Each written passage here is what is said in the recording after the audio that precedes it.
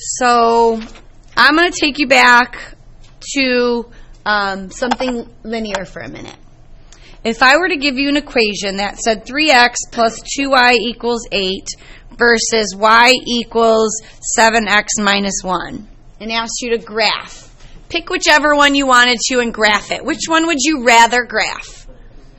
The second one, right? Because it's already in what form? Slope-intercept form. And when we go back, I know we've been doing quadratics for a while, but don't forget all your linear stuff. You're at that, and linear means up 7 over 1, right? If I wanted to graph it in this form, I would just have to do what first?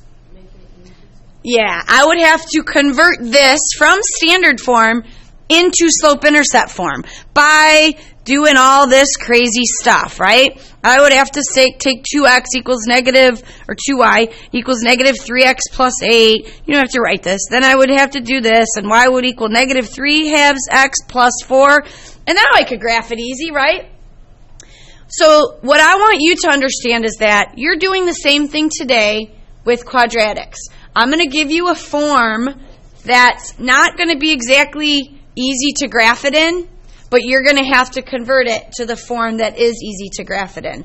So my question to you is, so for example, if I were to give you if I were to say y equals x squared minus 10x plus 25, graph that. Or if I were to give you y equals x minus 2 squared plus 7, which one would you rather graph? This one, right? Because I could look at this very easily, find my vertex, right? My vertex would be what? 2, 7. Once I have my vertex, that technically is enough to sketch it, right? What do you have here?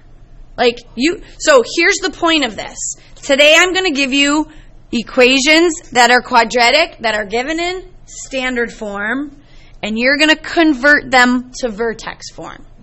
It's a 6-step process. You'll get it. So follow me, and let's go through this process together, all right? So the title of this section, I'm going to get a clean sheet. You're going to write it, convert from standard form to vertex form. Because vertex form is the form that we are the most comfortable with. We're used to pulling out the vertex from there. And vertex form is the y equals x minus h squared plus k, right? Okay, that's my goal.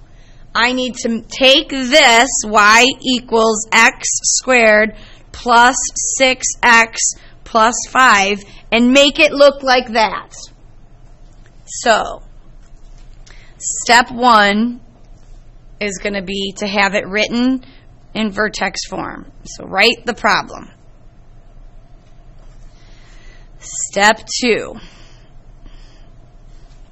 You're going to group your x squared and your x terms together. So in other words, if it has an x, watch what I mean by that. So you're going to take your y equals x squared plus 6x, and then so you're just grouping those together. I'm probably going to show you in a minute that I would skip that step. You saw I kind of hesitated. You'll see why. So step 3 then is going to ask you to complete the square for the parentheses. So you're going to kind of skip step 2, and when you grouped them together, you probably could have just done that.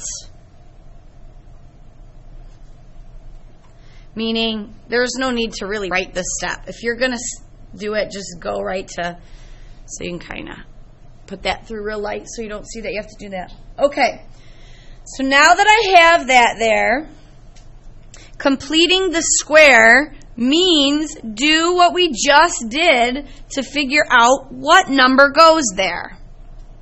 So what's half of 6? And what's 3 squared? 9. All right, this is where it gets nutty. Are you listening and watching? I'm not really sure I know exactly why this is the case, but I will find out for you. But whatever you add on the inside of parentheses, you have to subtract on the outside of the parentheses. Whether it's to keep it balanced, I'm not really sure, but I don't want to say until I have a good answer for you. So whatever you add on the inside of the parentheses, you're taking that constant that you separated it from earlier and subtracting it. So step 4, after complete the square, is whatever you add to the inside, you're going to take that exact same number and subtract it from the outside.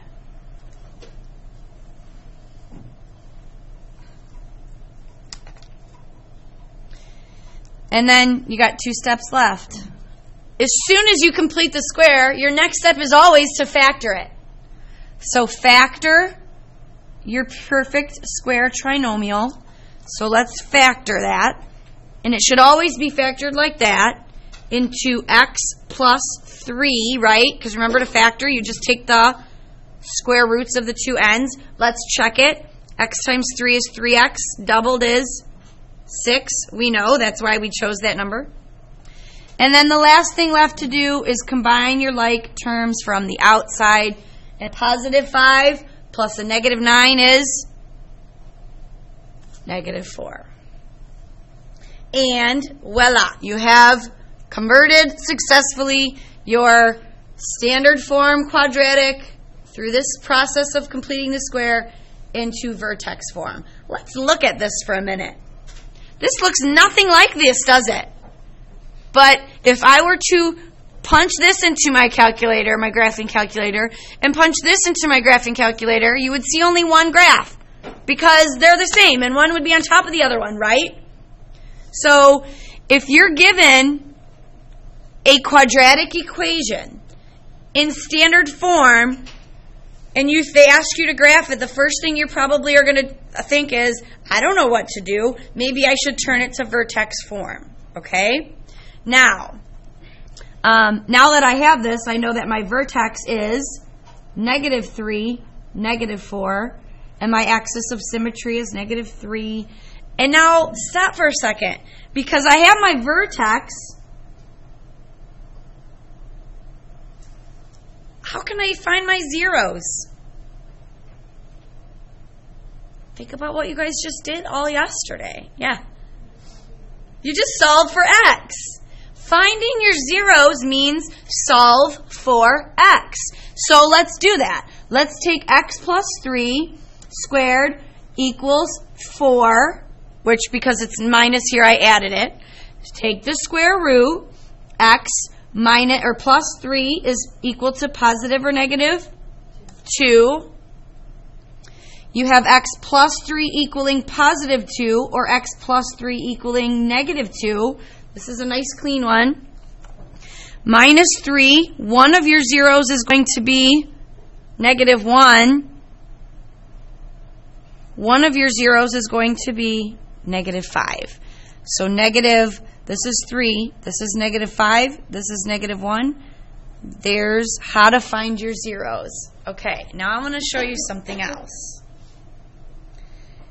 Because going from, give you guys a minute to write that. I'm going to show you something. You're going to be like, holy cow, it's so much easier this way. So watch. You're telling me that I got to start with this. I got to do this whole step. I got to do this.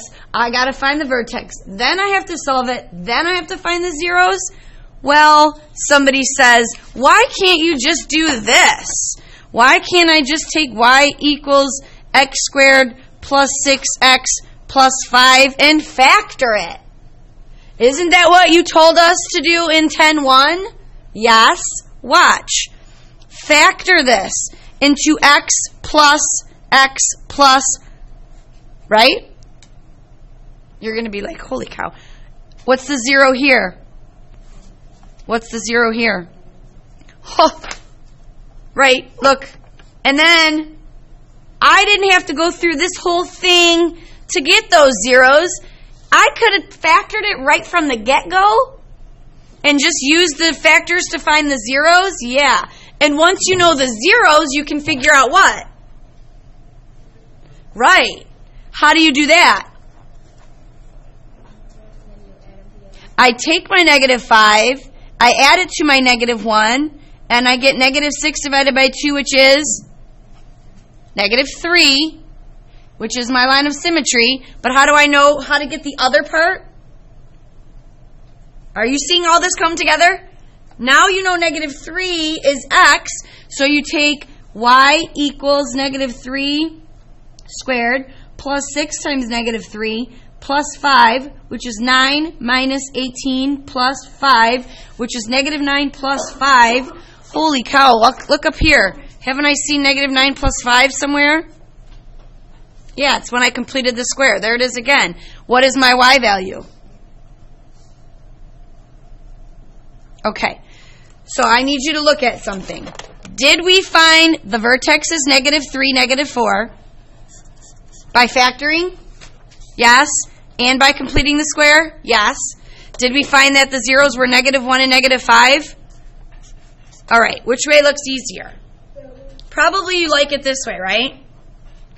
So, when you get a problem that looks like this, what are you going to do?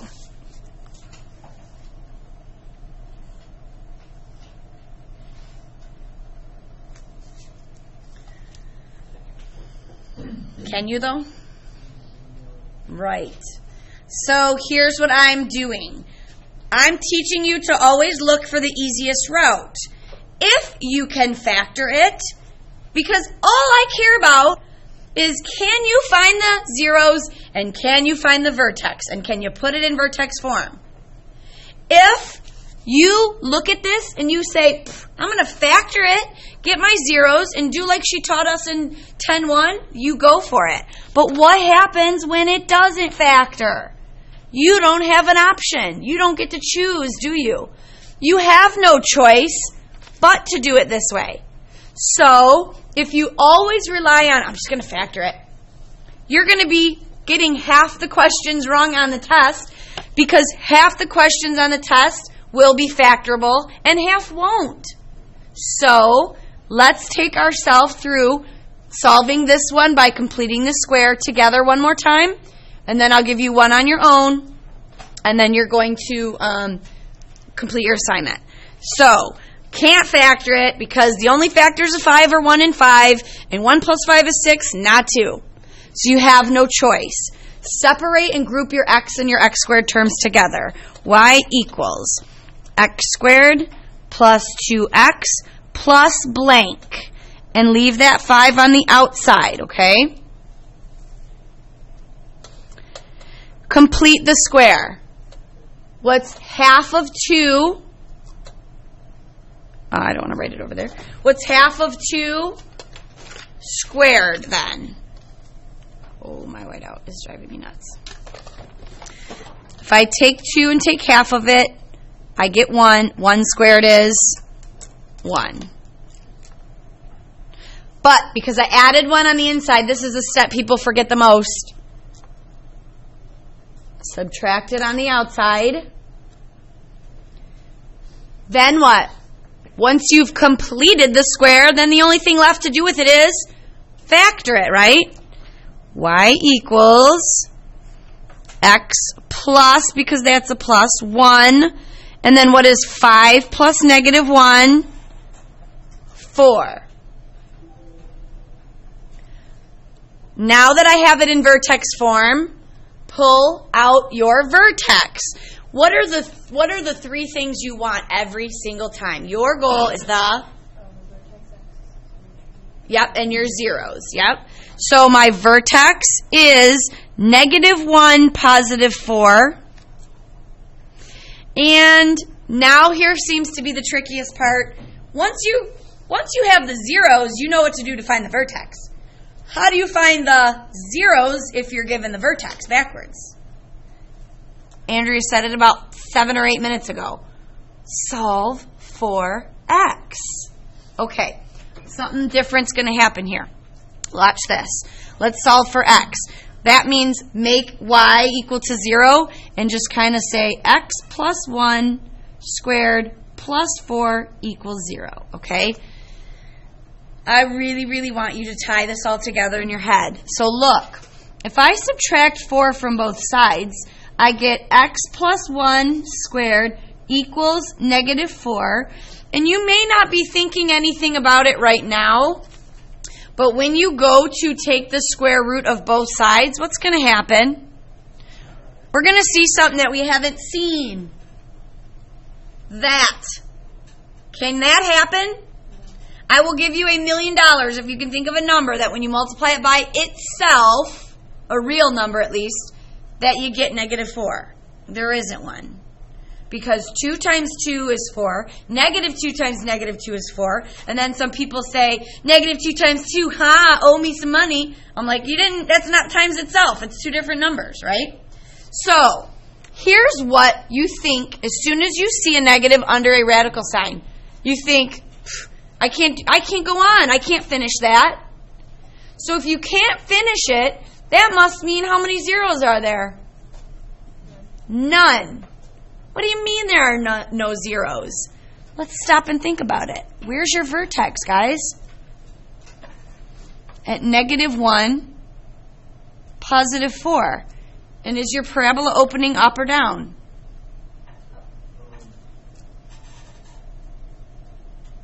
That's why there were no zeros.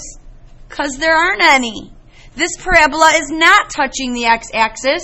It's kind of floating up in quadrant 2, going up, and it never touches the x-axis. So I want you to know what having a negative under here translates into on the graph.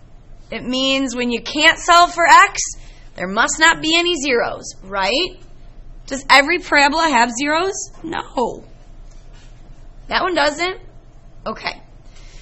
Are you seeing this all tied together here? So here's what I want you to know.